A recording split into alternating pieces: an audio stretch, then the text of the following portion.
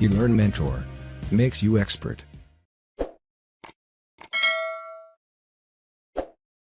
Hello viewers, আসসালামু আলাইকুম। আমরা এই টিউটোরিয়ালে দেখব কিভাবে আপনার একটা এক্সেলে একটা ম্যাক্রো রান করা যায়, অথবা অনেকে অ্যাকচুয়ালি অনেক কনফিউশন থাকেন যে what is macro, what is VBA। ঠিক আছে, এক্সেলে এই জিনিসগুলো অ্যাকচুয়ালি কমন, অনেকে আসলে আমরা জানি, বাট এগুলি ইউজটা অ্যাকচুয়ালি বা এই জিনিসটা কীভাবে কাজ করে এই জিনিসটা সম্বন্ধে আমাদের কোনো ধারণা নাই।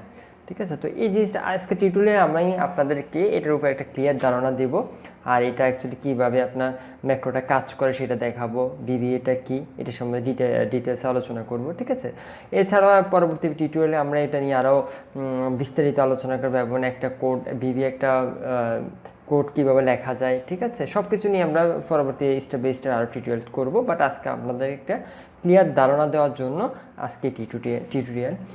তো এখানের মধ্যে ফার্স্ট অল একটা এক্সেল যখন ওপেন করবেন, হয়তো আপনাদের এই যে ডেভেলপার এই যে ইয়েটা থাকবে না। ঠিক আছে, তখন আপনারা এটা কি করবেন, ফাইলে যাবেন, ফাইলে গিয়ে এখানে অপশনে যাবেন, অপশনে যাওয়ার পরে এখান থেকে কাস্টমাইজ রিবন, এখান থেকে আরও ডেভেলপারটা আপনি এখানে জাস্ট চেকমার্কটা আপনার হাতে থাকবে না, এখানে চেকমার্কটা করে নেবেন, তাহলে হবে, দেন ওকে দিবেন, তাহলে এটা চলে আসবে। তো এখানে ডেভেলপার এখানে আসার পরে দেখবেন যে কর্নারে এখানে ম্যাক্রোস, তারপরে ভিজুয়াল বেসিক এই কথাগুলো আছে, রাইট? এগুলো কীভাবে ইউজ করে, তারপর রেকর্ড ম্যাক্রো। ঠিক আছে, এই জিনিসগুলো আসলে আমরা অনেকেই জানি যে ম্যাক্রো দিয়ে অ্যাকচুয়ালি অনেক বড় বড় কাজ করা হয়। ঠিক আছে, অনেক কিছু করা যায়, বাট আমরা আসলে এটা ইউজটা অ্যাকচুয়ালি জানি না। তো এখানের মধ্যে ফার্স্ট অফ অল আমরা যদি এখানে ভিজুয়াল বেসিকটা নিয়ে আগে একটু দেখি, তো ভিজুয়াল বেসিকটা আমরা যদি ওপেন করি, সাপোজ এখানে শর্টকাট হলো Alt+F11। ঠিক আছে, অথবা এখানে ক্লিক করলে আপনার ভিজুয়াল বেসিকটা আপনার ওপেন হয়ে যাবে। তো এখানের মধ্যে দেখেন ভিজুয়ালগুলো ওপেন হওয়ার পরে আপনার এখানের মধ্যে আমাদের অ্যাকচুয়ালি দেখেন কোনো কিছুই নেই, সব ব্ল্যাঙ্ক, রাইট? কারণ আমরা এখানে অ্যাকচুয়ালি কোনো ধরনের কোনো ম্যাক্রো বা কোনো কিছু আমরা কোনো কোড আমরা এখানের মধ্যে আমরা এখনো দেওয়া হয়নি, দেখে সব ব্ল্যাঙ্ক দেখাচ্ছে। তো এখন এই জিনিসগুলো আমরা কীভাবে করব, আর আমি অ্যাকচুয়ালি শর্টকাট আপনাদেরকে বলি, তো আমরা এগুলো কেটে দিই। ঠিক আছে, কেটে দিলাম, কেটে দেওয়ার পরে সাপোজ আপনি এখানে আমরা একটা রেকর্ড ম্যাক্রো, ঠিক আছে, একটা রেকর্ড করবো, একটা ম্যাক্রো রেকর্ড করব। তো রেকর্ড করার সময় আমরা অবশ্যই এখানে ক্লিক করব। ক্লিক করার পরে আপনি এখানে দেখেন ম্যাক্রো 2 আসতেছে, তা আপনি এখানের মধ্যে আপনার যে কোনো একটা নাম দিতে পারেন। ঠিক আছে, একটা আপনার নাম দিতে পারেন, আপনার যেটা নিয়ে কাজ করেন না কেন আপনি হয়তো সেটার নাম দিতে পারেন। ঠিক আছে, সাপোজ আমি দিলাম ইনভয়েস ফর এক্সাম্পল। আর এখানে হলো শর্টকাট কি, আপনি এই যে ইনভয়েস নামের ম্যাক্রোটা আপনি যখন রান করতে চাচ্ছেন, কারণ আপনাদের কাছে একজনেই অনেক ম্যাক্রো অ্যাকচুয়ালি আপনার তৈরি করে রাখে। ঠিক আছে, প্রয়োজন অনুযায়ী তারা ইউজ করে। তো এখন আপনি এখানের মধ্যে আপনি যে এই শুধুমাত্র এই পার্টিকুলার ম্যাক্রোটা আপনি ইউজ করার জন্য আপনি এখানে শর্টকাট আপনি দিতে পারেন।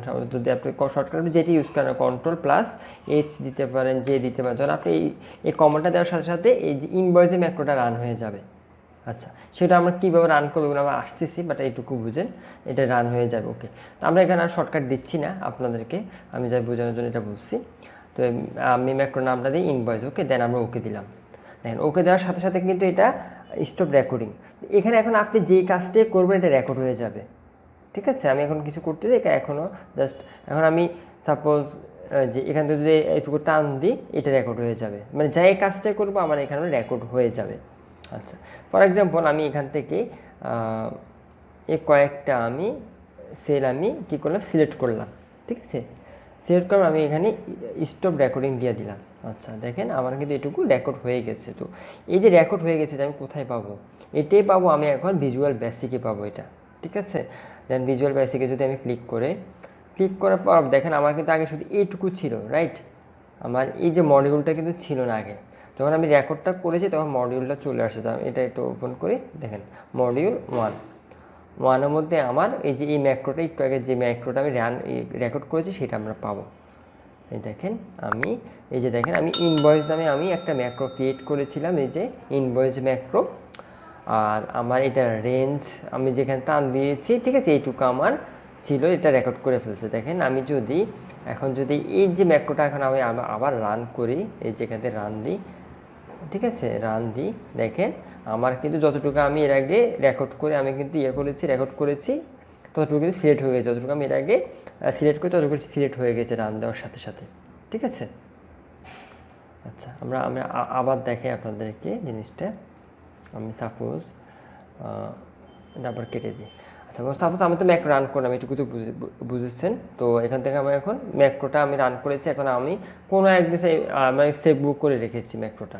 সাপোজ আমার কোনো একটা কাজে আমার এই জিনিসটা আমার আবার লাগবে। ফর এক্সাম্পল আপনি এটা একটা ফর্মুলায় বা আপনি একটা করেছেন, রেকর্ড করেছেন, তাহলে আপনি কী করবেন, ভিজুয়াল বেসিকে যাবেন, যাওয়ার পরে মডিউলে যাবেন।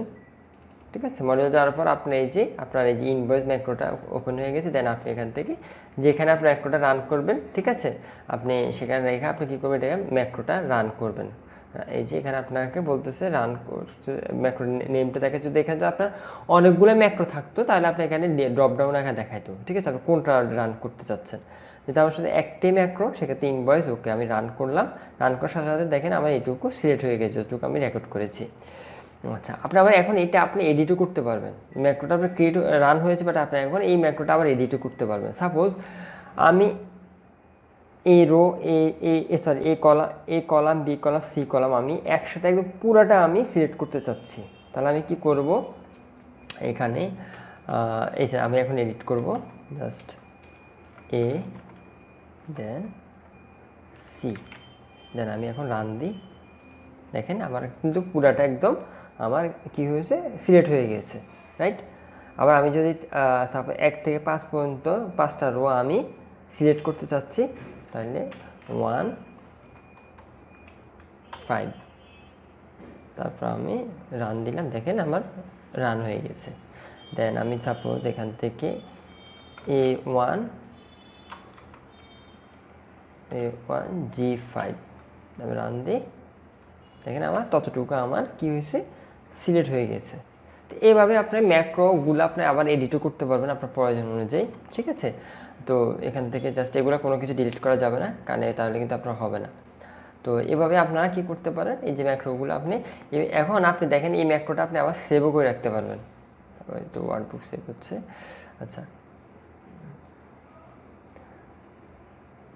ঠিক আছে, এই যে আপনি এখানে সেভ করতে পারবেন কন্ট্রোল-S দিয়ে। তারপরে এই যে আপনার যদি এক্সিস্টিং কোনো ম্যাক্রো আপনি সাপোজ এটা সেভ করে রাখলেন অন্য কোথাও, আপনি এই ফাইলগুলো আপনি যে কোনো জায়গায় মুভ করতে পারবেন। ইভেন আপনি ইম্পোর্ট করে ম্যাক্রোগুলো আবার এখানে নিয়ে আসতে পারবেন, ইম্পোর্ট এক্সপোর্ট করতে পারবেন। তারপর আপনি যদি সাপোজ এই ম্যাক্রোটা আপনার প্রয়োজন নেই, দরকার নেই আমার আপনার এই ম্যাক্রোটা, তাহলে আপনি কী করবেন, এই ম্যাক্রোটা আপনি আবার রিমুভ করে দিতে পারবেন।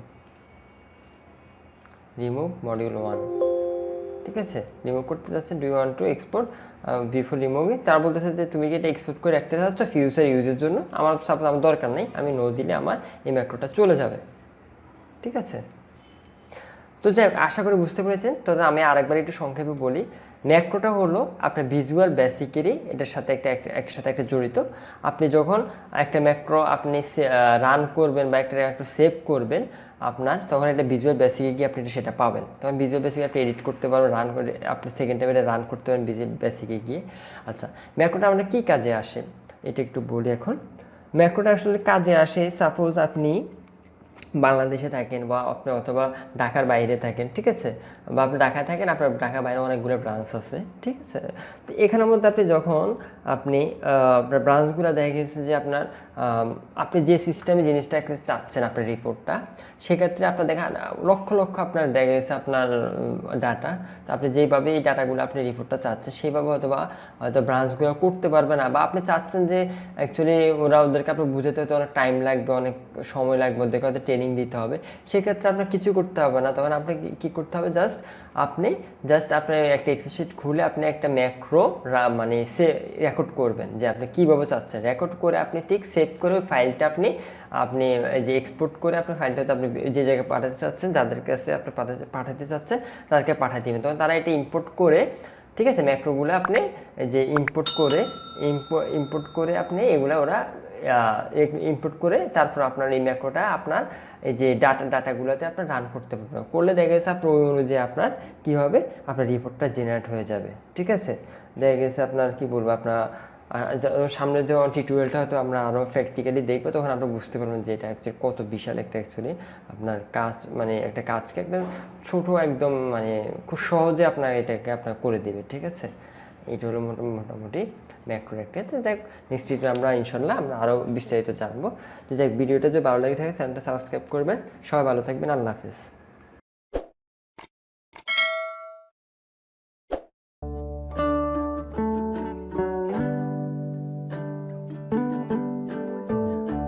Thanks for watching. Don't forget to subscribe our channel.